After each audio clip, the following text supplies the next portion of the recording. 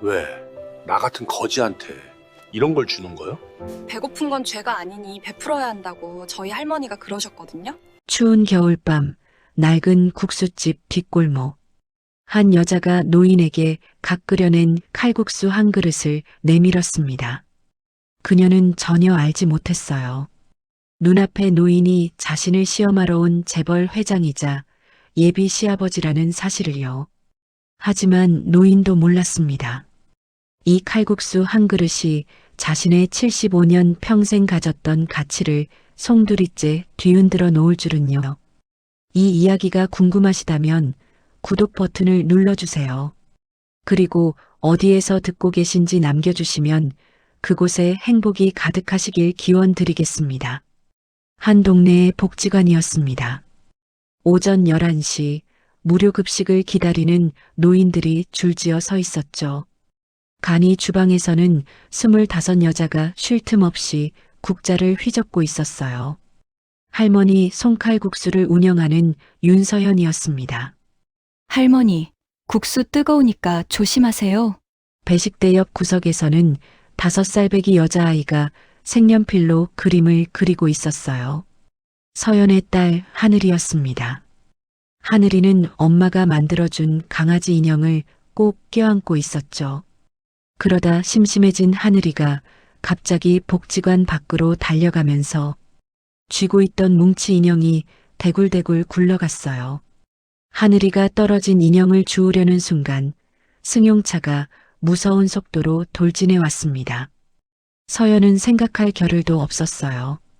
몸이 먼저 움직였죠. 하늘아. 쓰러지는 순간 무릎이 길바닥에 거칠게 갈려나갔습니다. 서연은 이를 악물고 아이를 품 안으로 끌어당겨 벽 쪽으로 몸을 던졌어요. 쾅! 차는 아이가 서 있던 자리를 한 뼘 비켜 지나갔고 다급히 멈춰섰습니다. 하얗게 질린 얼굴의 남자가 차에서 뛰어내렸어요. 30대 후반 고급 정장 차림의 남자였습니다. 죄송합니다. 제가 제대로 보지 못해서. 둘 다 괜찮습니까? 남자는 떨리는 손으로 연신 고개를 조아렸습니다. 서연은 피가 철철 흐르는 제 무릎은 안중에도 없이 오직 떨고 있는 아이를 진정시키는 데만 집중했어요. 그리고 남자를 바라보았습니다. 많이 놀라셨죠? 저희 애가 갑자기 뛰어든 게 잘못이니까요. 정말 괜찮으니까 너무 걱정 마세요. 부드러운 음성과 맑은 얼굴의 서연을 본 순간 남자의 심장이 거세게 뛰기 시작했습니다. 그의 이름은 정우진, 청산건설의 부사장이었습니다. 우진은 표현하지 않았지만 속으로 생각했어요.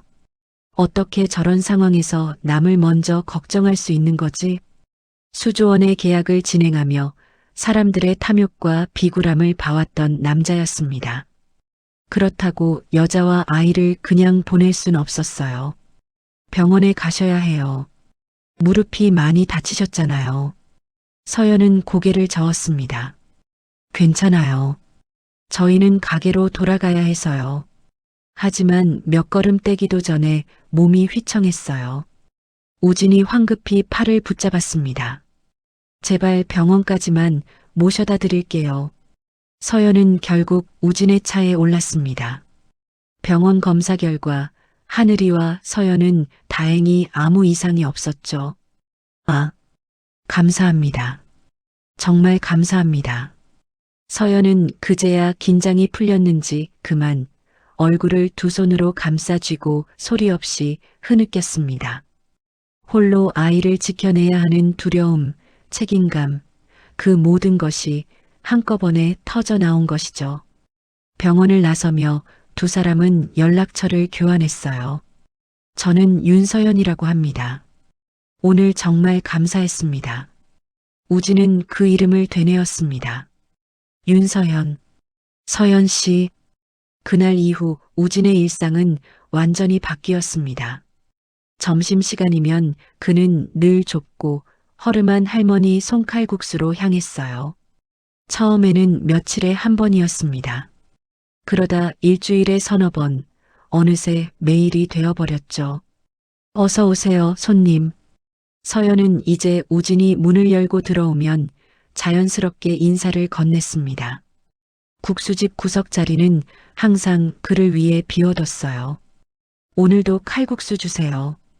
우진은 메뉴판을 보지도 않고 주문했습니다.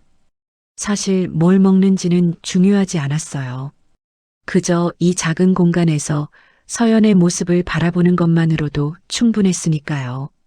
그렇게 석 달이 흘렀습니다. 어느 날 저녁 우진은 서연에게 조심스럽게 입을 열었습니다.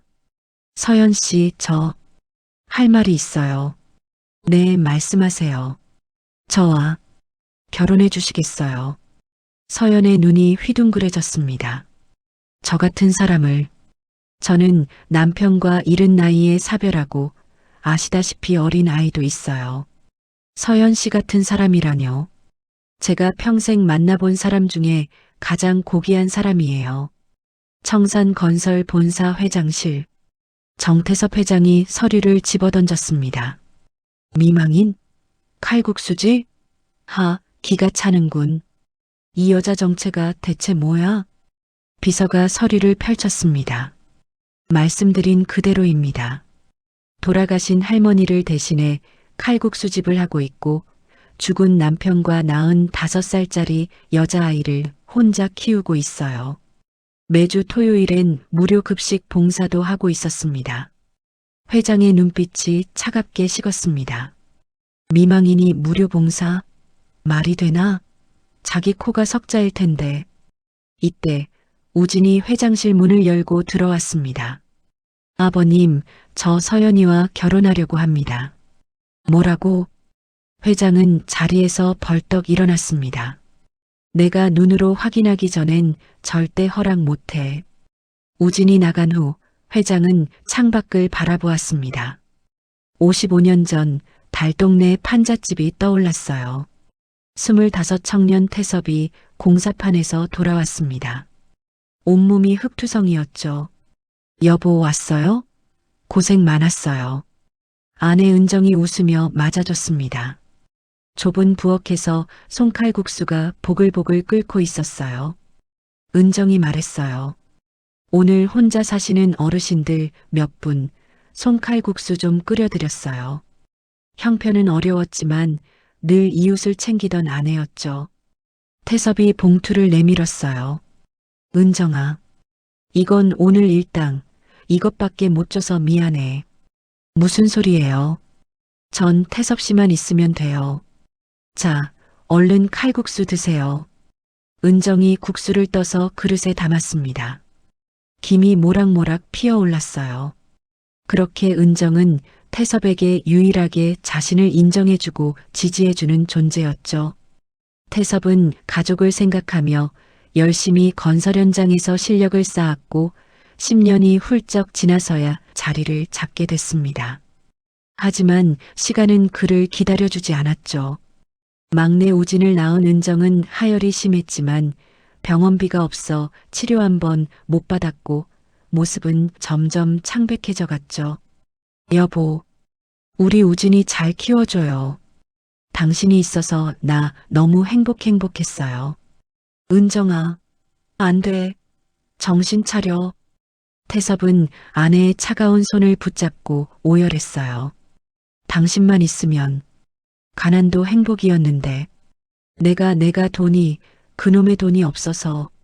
그날 이후 그는 미친 듯이 일했습니다. 하루에 서너 시간만 자고 밥 먹는 시간도 아까워하며 일했어요. 가난이 내 아내를 죽였어. 절대로 다시는 가난하지 않을 거야. 그렇게 40년이 흘렀습니다. 그는 재벌이 되었지만 마음은 얼어붙었어요. 회장은 비서를 불렀습니다. 내가 직접 그 윤서연이란 여자를 만나봐야겠어. 회장님이 직접 만나시겠다는 겁니까? 그래. 내가 직접 확인해야겠어. 며칠 후 추운 겨울 저녁이었습니다. 남루한 거지 차림의 회장이 할머니 송칼국수 뒷골목 쓰레기통 옆에 웅크리고 앉았습니다. 며칠은 씻지 않은 듯한 남루한 행색이었어요. 눈발이 날리기 시작했습니다. 영업 마감 후 쓰레기를 버리러 나온 서연이 회장을 발견했습니다. 할아버지, 거기서 뭐 하세요? 추운데 안으로 들어오세요. 회장은 일부러 고개를 돌렸습니다. 하지만 서연은 회장의 팔을 붙잡아 국수집 안으로 데려갔어요. 잠깐만 기다리세요. 따뜻한 거 드릴게요. 서연이 내온 음식은 김이 모락모락 나는 칼국수 한 그릇, 김치 한 접시, 계란말이 2조각이었습니다.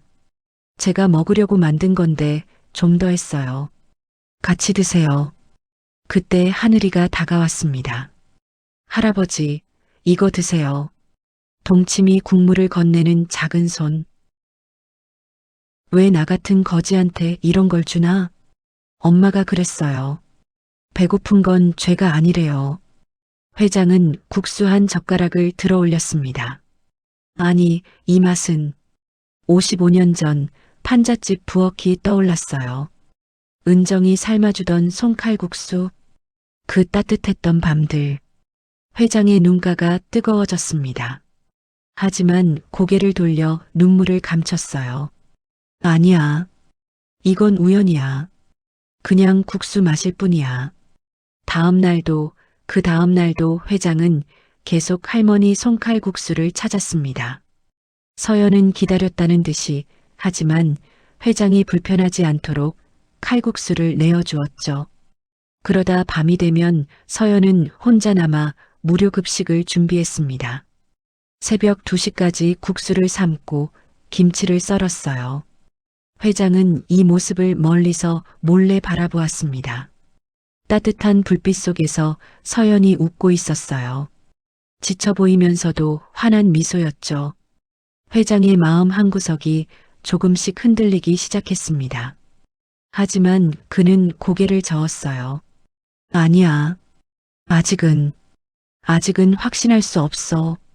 그렇게 일주일이 지났습니다.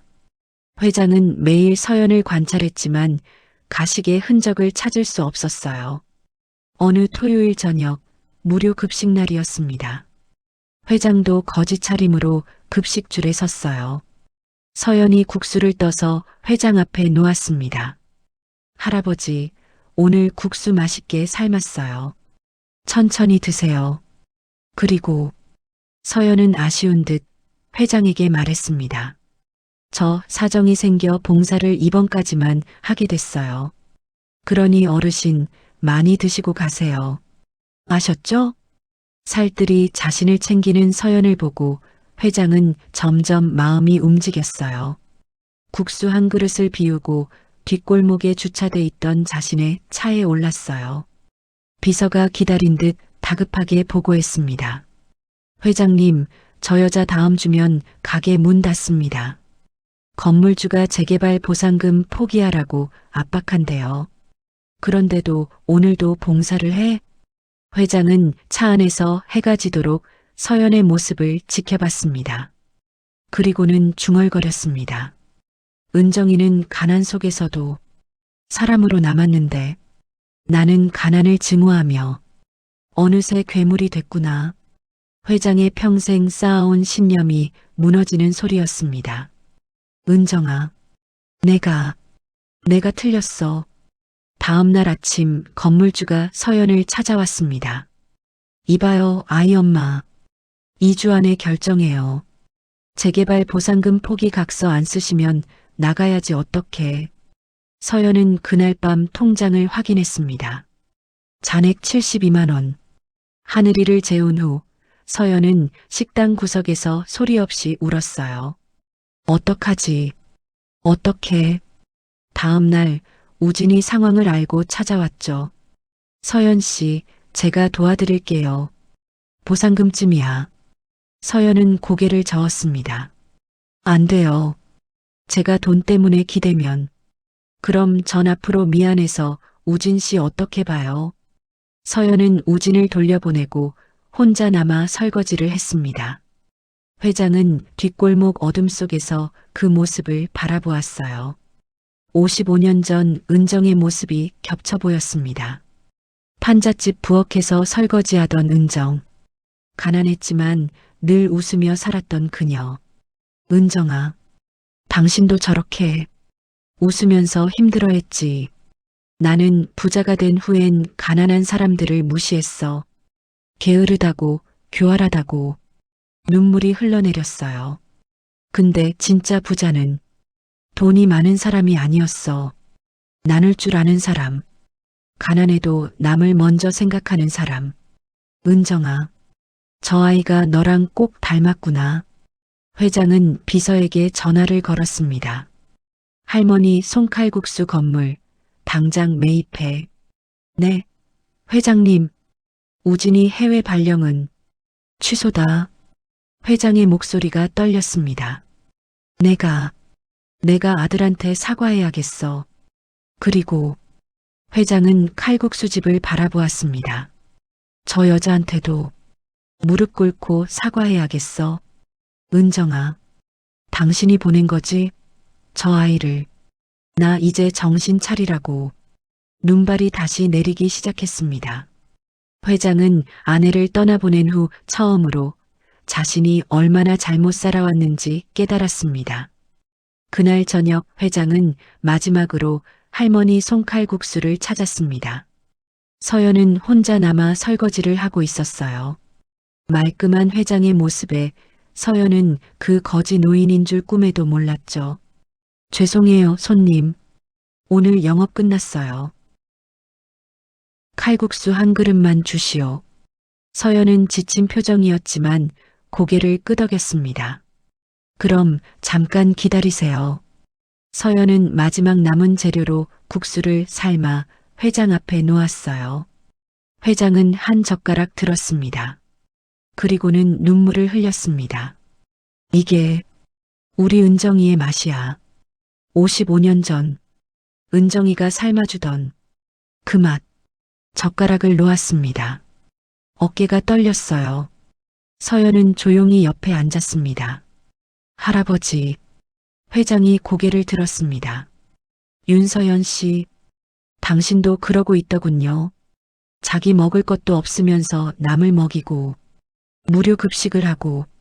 서연은 고개를 숙였습니다. 회장은 천천히 모자를 벗었습니다. 깨끗하게 정돈된 머리, 명품 시계. 나요. 당신을 시험하러 온 사람.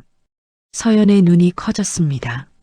할아버지, 아니, 청산건설 회장, 정태섭이요. 서연은 말을 잇지 못했습니다. 내 아들이 당신을 사랑한다고 했을 때, 난 당신이 돈을 노린다고 생각했소. 그래서 시험했소. 회장이 자리에서 일어났습니다. 그리고 서연 앞에 무릎을 꿇었습니다. 회장님, 그러지 마세요. 용서하시오. 내가 틀렸소. 회장의 목소리가 떨렸습니다. 회장이 고개를 들었습니다. 눈가가 붉었어요. 55년 전 내게도 당신 같은 사람이 있었소. 내 아내, 은정이라는 사람이요. 은정이는 가난했지만 늘 나를 웃게 해줬소.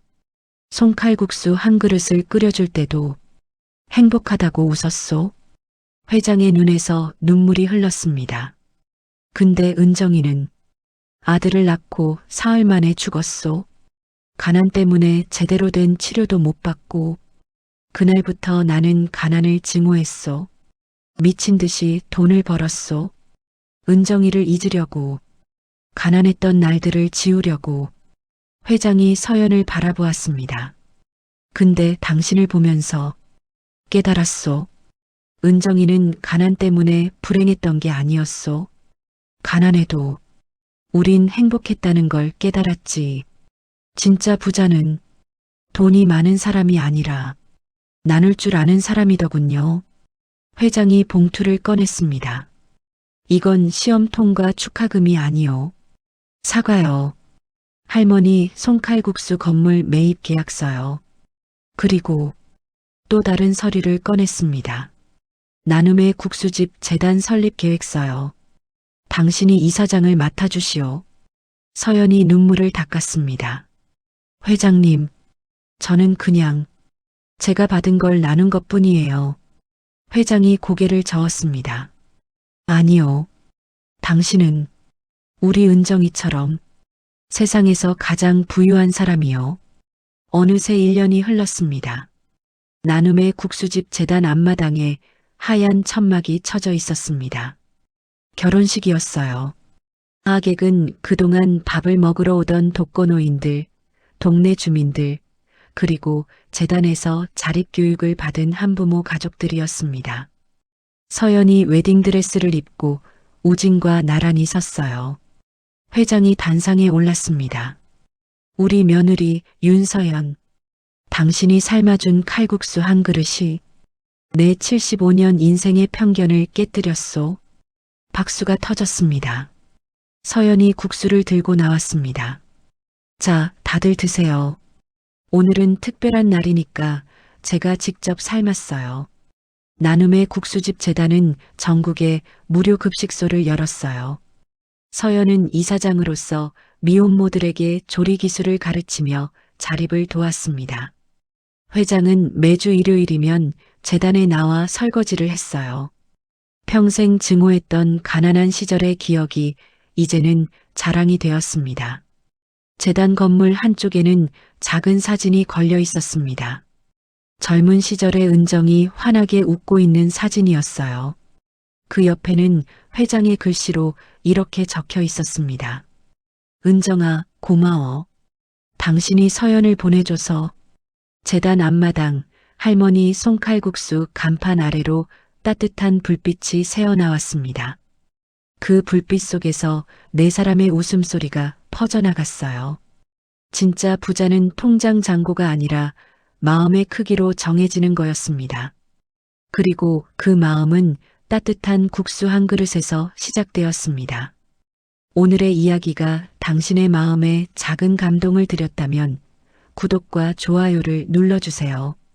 그리고 사연의 주인공에게 따뜻한 말씀도 댓글로 부탁드립니다. 오늘도 이야기 복다리는 당신의 인생을 온전히 응원합니다.